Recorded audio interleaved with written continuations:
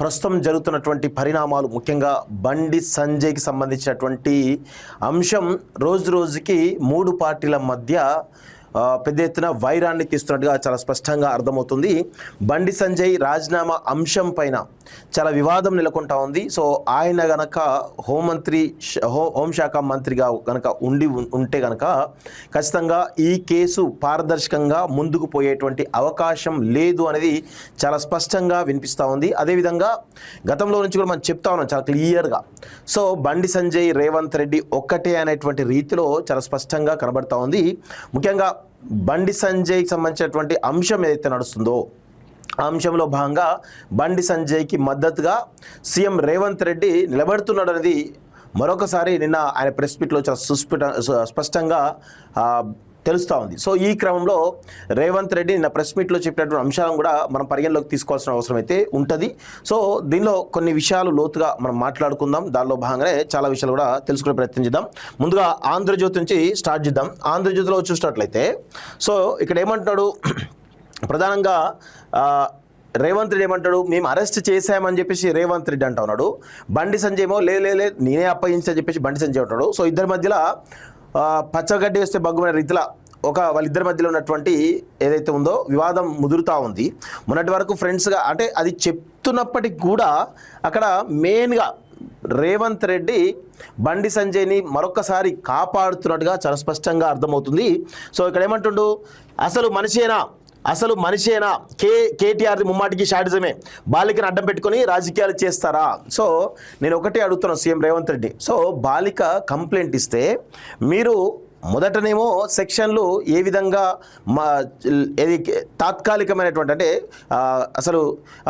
Below 5 years station వెళ్ళినటువంటి కేసులు పెట్టడం జరిగింది. దాని తర్వాత ప్రజాభిప్రాయం ప్రజల నుంచి పెద్ద ఎత్తున నిరసన వెలువెత్తున్నటువంటి తరుణంలో అప్పుడు సెక్షన్లో ఆల్టర్ చేయడం జరిగింది తప్ప అప్పటిదాకా చేయలేదు. అంటే ప్రజలు ఏమనుకోరులే, ప్రజలు ఏం స్పందిస్తారనుకున్నారు, కానీ పెద్ద ఎత్తున ప్రజలు తిరగబడినప్పుడు అప్పుడు సెక్షన్స్ని ఆల్టర్ చేయడం జరిగింది. సో మీరేమంటున్నారు, బాలికను అడ్డం పెట్టుకొని రాజకీయాలు చేస్తారా? మరి అదే బాలిక కోసం ఈ రాష్ట్ర ముఖ్యమంత్రిగా, ఈ రాష్ట్ర హోంమంత్రిగా వాళ్ళ కుటుంబానికి అండగా ఉండాల్సినటువంటి అవసరం మీ పైన ఉందా లేదా రేవంత్ రెడ్డి గారు? సరే కేటీఆర్ గురించి తర్వాత మాట్లాడదాం, ఆయన రాజకీయాలు చేసిండా లేకపోతే ఏం చేసినా పక్కన పెట్టండి. కానీ మీరు చాలా సుస్పష్టంగా మీరు బండి సంజయ్కి మద్దతు పలుకుతున్నట్టుగా చాలా స్పష్టంగా అర్థమైంది కదా. ఎన్నిసార్లు ఎంత 9 రోజులు పడుతుందా ఒక నిందితులు పట్టుకోవడానికి? ఒక బ్యాంకు దోపిడీ కరీంనగర్లో అదే బండి సంజయ్ ఆఫీస్ పక్కన ఉన్నటువంటి పిఎంజే జ్యువెలర్స్కి సంబంధించినటువంటి బ్యాంకులో దోపిడీ జరిగితే మీరు ఎక్కడో బెంగాల్లో, మహారాష్ట్రలో, వివిధ రాష్ట్రాల్లో ఉన్నటువంటి దొంగలను, అక్కడ పారిపోయిన దొంగలను 4 రోజుల్లో పట్టుకున్నారు కదా. మరి ఇదే రాష్ట్రంలో ఇక్కడే హోంశాఖ సహాయ మంత్రిగా ఉన్నటువంటి కొడుకును పట్టుకోవడానికి మాత్రం మీరు దాదాపు 9 రోజుల సమయం పట్టింది. ఎందుకు సమయం పట్టింది? ఇక్కడే అర్థమవుతుంది బండి సంజయ్ రేవంత్ రెడ్డి యొక్క గూడుపుట అనేది, వాళ్ళిద్దరి మధ్యలో బంధం ఏందని చాలా స్పష్టంగా అర్థమవుతుంది. బండి సంజయ్కి కేటీఆర్కి మధ్యన ఏదో పంచాయతీ ఉన్నట్లుంది. ఏం లేదండి, బండి సంజయ్కి కేటీఆర్కి పంచాయతీ కాదు. ఇక్కడ బండి సంజయ్, రేవంత్ రెడ్డి, అసదుద్దీన్ ఓవైసీల యొక్క పంచాయతీ ఏదైతే ఉందో, వీళ్ళు దాదాపు ఈ యొక్క కాందీ షీక్ల భూములకు సంబంధించినటువంటి భూములు అన్యక్రాంతించడానికి పెద్ద ఎత్తున ప్లాన్ చేశారు. కొన్ని వేల కోట్ల ప్రాపర్టీస్ అవి, వాటిని అన్యక్రాంతం చేయడానికి ప్రయత్నం చేస్తున్నటువంటి క్రమంలో ఇక్కడ నొప్పి అవుతుంది రేవంత్ రెడ్డికి. ఎక్కడ ఆ వేల కోట్ల సంబంధించిన భూముల పంచాయతీ ఎక్కడ బయటపడుతుందో, ఎక్కడ మా బండర్ బయటపడుతుందని చెప్పేసి బండి సంజయ్ని కాపాడేటువంటి ప్రయత్నం చాలా పెద్ద ఎత్తున రేవంత్ రెడ్డి చేస్తున్నాడు. ఆ పంచాయతీ బయటపెట్టింది ఎవరు? బండి సంజయ్. సో కేటీఆర్ ఆ పంచాయతీని మొత్తం కూడా బయటపెట్టింది కేటీఆర్. సో అందుకే ఆ రోజు కేటీఆర్ని ఏమన్నాడు, నువ్వు ఒక మనిషి అయితే నువ్వు మనిషి పుట్టుకబడితే కేసీఆర్కి పుడితే అనుకుంటూ మాట్లాడాడు. దాని తర్వాత కౌశిక్ రెడ్డి మాట్లాడితే కౌశిక్ రెడ్డిపై దాడి చేశారు. ఇవన్నీ మనం చూసినాం. ఇదంతా ఒక గుడుపుట అని నడుస్తూ ఉంది. సో ఇక్కడ మెయిన్గా ఏవైతే కాందీ షీక్ల భూములకు సంబంధించినటువంటి 30,000 కోట్ల రూపాయల భూములటవి, ఇంకా ఎక్కువనే ఉన్నాయని చెప్పేసి అంటున్నారు. ఆ భూములను అన్యక్రాంతం చేసే దిశగా పెద్ద స్కెచ్ చేశారు. దానిలో భాగంగానే ఇప్పుడు బండి సంజయ్ యొక్క కేంద్ర మంత్రి పదవి పోయింది అనుకోండి, ఆ 30,000 కోట్లు పోతాయి. ఇవన్నీ ఏదో గూడుపుటానే, ఇంకా తెర వెనుక చాలా పెద్ద స్కెచ్ నడుస్తూ ఉంది. సో దానిలో భాగంగానే బండి సంజయ్ని కాపాడేటువంటి ప్రయత్నం రేవంత్ రెడ్డి చేస్తున్నది చాలా స్పష్టంగా అర్థమైపోయింది. దాన్ని కేటీఆర్ జడ్జిగా ప్రవీణ్ కుమార్ దర్యాప్తు అధికారిగా శిక్షలు కూడా వేసేశారు. డ్రగ్స్తో దొరికిన బామ్మర్ది పార్టీ మాజీ ఎమ్మెల్యే గురించి మాట్లాడలేదు. బీఆర్ఎస్ వాళ్ళు మనుషులైన రైతు మృతదేహం దగ్గర నవ్వుతూ సెల్ఫీలా. బీఆర్ఎస్ అనుకూల మిల్లర్లు నేతలు ధాన్యం లారీలో దించడం లేదు. బీఆర్ఎస్ది ఆర్గనైజ్డ్ క్రైమ్. ముఖ్యమంత్రి రేవంత్ రెడ్డి మండిపాటు. ఒక రాష్ట్ర ముఖ్యమంత్రిగా ఏమంటుడు, బీఆర్ఎస్ అనుకూల మిల్లర్లు నేతలు ధాన్యం లారీలో దించడం లేదు అని చెప్పేసి చెప్తున్నాడు. ఒక రాష్ట్ర ముఖ్యమంత్రిగా, హోంమంత్రిగా ఈ మాటలు అనడానికి కొంచెమైనా ఇంగిత జ్ఞానం ఉండాలి, కొంచెమైనా సిగ్గుండాలి. ఎస్, ఎందుకు అంటే మీరు బీఆర్ఎస్కు భయపడుతున్నారా? ఎవరు ప్రతిపక్షంలో ఉన్నారు? ఎవరు అధికారంలో ఉన్నారు? మీరు కదా అధికారంలో. అధికారంలో ఉన్నటువంటి మీరు ఈరోజు కొంతమంది బీఆర్ఎస్ అనుకూల మిల్లర్లు నేతలు ధాన్యం లారీలో దించడం లేదని చెప్పి చెప్తున్నారంటే మీ పాలన మీరు చెప్తే ఎవరు వింటున్నారు? అడ్మినిస్ట్రేటివ్ లేకపోతే ఐఏఎస్లు లేకపోతే సెక్రటరీలు ఎవరు అంటున్నారా? వినడం లేదని చెప్పేసి మీకు మీరే స్పష్టంగా చెప్తున్నారు. ప్రతిపక్షంలో ఉన్నటువంటి బీఆర్ఎస్ పార్టీ కుట్రలు చేస్తే దాన్ని కనీసం గమనించట్లేదు. అంటే మీ పాలన ఏ విధంగా ఎంత చావగాని చాతగాని స్థితిలో ఉన్నారో చాలా స్పష్టంగా అర్థమవుతుంది. డ్రగ్స్తో దొరికిన బామ్మర్ది మరి ఏం చేశారు? డ్రగ్స్తో దొరికిన బామ్మర్ది మరి ఒక్కరోజున అరెస్ట్ చేసిరా? ఒక్కరోజున అరెస్ట్ చేసిరా? చేయలేదు.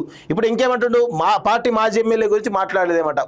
వాళ్ళు చాలా తప్పు చేసిరు. వాస్తవంగా రోహిత్ రెడ్డిని మరి అంత పెద్ద ఎత్తున డ్రగ్స్ కేసులో, ఆ యొక్క ఎక్స్టార్షన్ కేసులో, తుపాకీతోటి పోలీసు మీద కాల్చినటువంటి కేసులో అరెస్ట్ అయినటువంటి పైలట్ రోహిత్ రెడ్డిని ఇంతవరకు బీఆర్ఎస్ పార్టీ కనీసం ఎక్స్పెల్ చేయలేకపోయింది పార్టీ నుంచి. అంటే వాళ్ళు కూడా తప్పు చేశారు, మీరు తప్పు చేస్తున్నారు, వాళ్ళు తప్పు చేశారు. చాలా స్పష్టంగా అర్థమవుతుంది. అందరూ దొంగలంతా ఒక దగ్గరే ఉన్నారు. ఎవ్వరు కాదండి వీళ్ళంతా. మళ్ళీ ఇంత పెద్ద వివాదం జరిగినా మళ్ళీ తెర వెనుక అందరు మిత్రులే. రేవంత్ రెడ్డి, కేటీఆర్, బండి సంజయ్ అందరు కలిసే పనిచేస్తున్నారు. చాలా స్పష్టంగా అర్థమవుతుంది.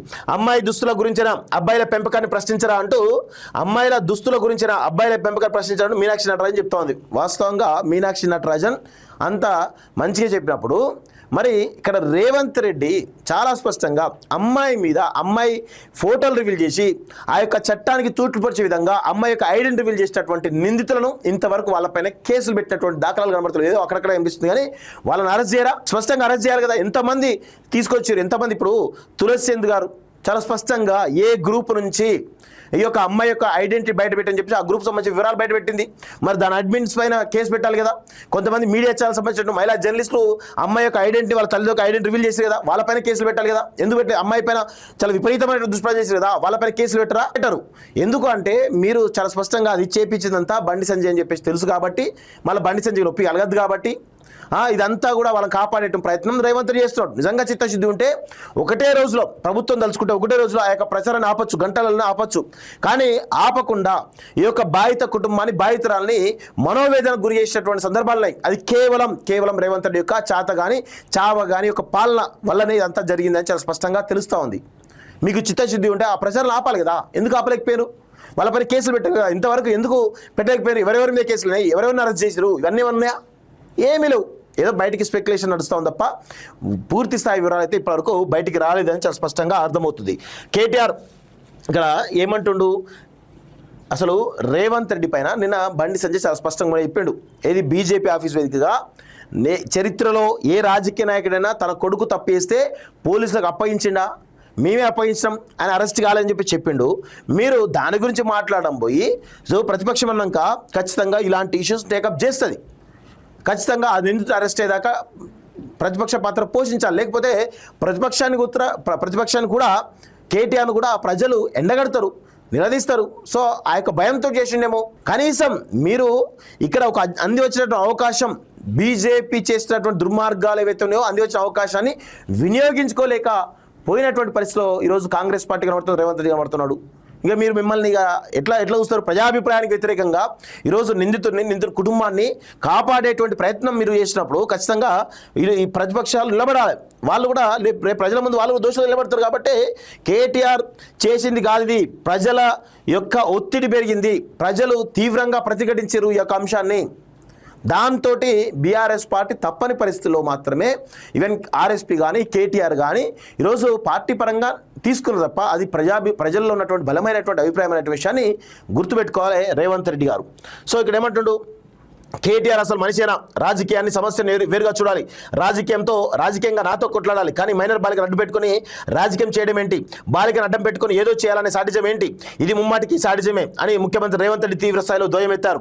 మనిషికి ఉండాల్సినటువంటి కనీస విలువలు కానీ మానవత్వం కానీ బీఆర్ఎస్కు ఆ పార్టీ నాయకులకు లేవని, వాళ్ళు అసలు మనుషులుగా వ్యవహరించడం లేదని మండిపడ్డారు. వరి వేస్తే ఉరి అని చెప్పిన వాళ్ళు ఇప్పుడు సిగ్గు లేకుండా రైతుల కళ్ళాల దగ్గరికి వెళ్తున్నారని, పైగా మరణించిన రైతు దగ్గర నవ్వుకుంటూ సెల్ఫీ తీసుకుంటున్నారని మండిపడ్డారు. వాళ్ళ దగ్గర దొంగ సొమ్ము చాలా ఉందని, రైతు కుటుంబానికి ఎంతో కొంత సాయం చేయవచ్చని, అయినా చేయడం లేదని తప్పబడ్డారు. సాయం చేయబోగా ఈ శివరాజకీయాలు ఏంటని చెప్పేసి చాలా స్పష్టంగా నిన్న రేవంత్ రెడ్డి చెప్పడం జరిగింది. సో రేవంత్ రెడ్డి గారు మిమ్మల్ని సీఎంగా, హోంమంత్రిగా ఎవ్వరు కూడా కనీసం గౌరవ మర్యాదలు కూడా ఇవ్వడం లేదు. మీరు నిజంగా ఒక రాష్ట్ర సీఎంగా, రాష్ట్ర హోంశాఖ మంత్రిగా నిబద్ధతో పనిచేసే వాళ్ళైతే ఎప్పుడో ఈ కేసును 2 రోజో 3 రోజో ఈ కేసు మొత్తం కూడా క్లోజ్ అయ్యేటువంటి అవకాశం ఉండే. కానీ ఈరోజు బండి సంజయ్ కుట్రలు చేస్తుంటే ఆ కుట్రలకు వత్తాసు పలుకుతూ ఈరోజు బండి సంజయ్కి సంబంధించిన కొడుకు ఎవరైతున్నారో బండి భగీరథను అరెస్ట్ చేయకుండా, ఆ తర్వాత ఆ యొక్క పాపం ఆ మైనర్ అమ్మాయికి సంబంధించిన ఐడెంటిటీ రివీల్ చేస్తూ ఉంటే ఈరోజు చావ కాని స్థితిలో ఈరోజు మీ ప్రభుత్వం ఉంది అంటే ఎంత దారుణంగా ఈరోజు నిందితుడి పక్షాన మీరు నిలబడ్డారో చాలా స్పష్టంగా అర్థమవుతుంది. అందుకే ప్రజలు మిమ్మల్ని తిరస్కరిస్తున్నటువంటి విషయాన్ని మనం అందరం కూడా గమనించాలి. సో ఇది పరిస్థితి మిత్రులారా.